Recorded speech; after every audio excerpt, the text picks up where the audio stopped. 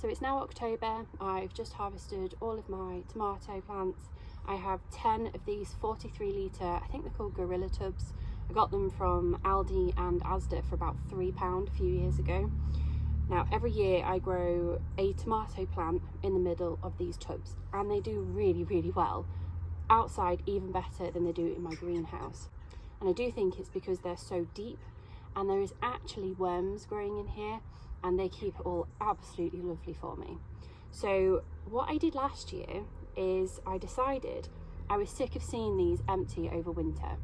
So what I did is I got some garlic and I split them up, and I planted about 5 in a circle on the outside, and I left space in the middle, and then they grew nice and tall.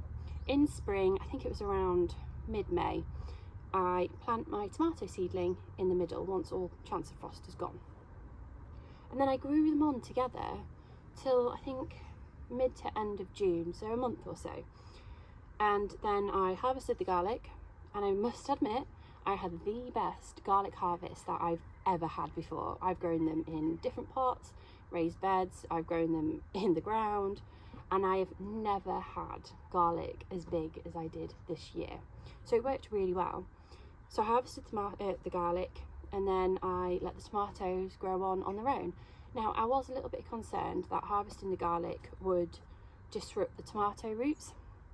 However, I don't think it did that much. If it did, it was minimal, and it was fine. And I think I've had my best year ever with tomatoes, literally baskets and baskets full. So it worked really well. It was just an experiment that I thought of, and I will do that every year moving forward. So that brings me back to, it's October and it's time to plant my garlic again. So I think it's called Garcure. I did grow it last year. So I've got my bulb, and all I'm going to do is split it out into individual cloves.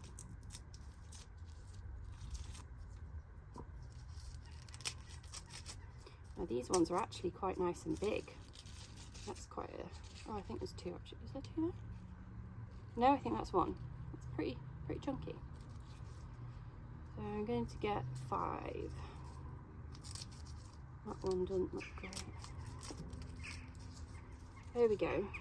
So I'm going to make holes a few inches deep, and just nicely spaced. So how many is that? 1, 2, 3, 4. Do you know what? I'm going to do 6.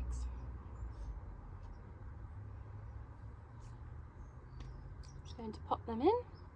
So you put them in blunt end down, because that's where the roots grow from, and pointy end up.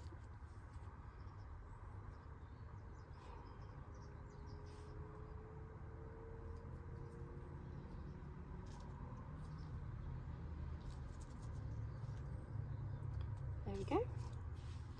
And just cover them up. Now I'm not even going to water those in because we've had lots of rain recently, and I know there's lots forecast, so they'll be fine. And that's it.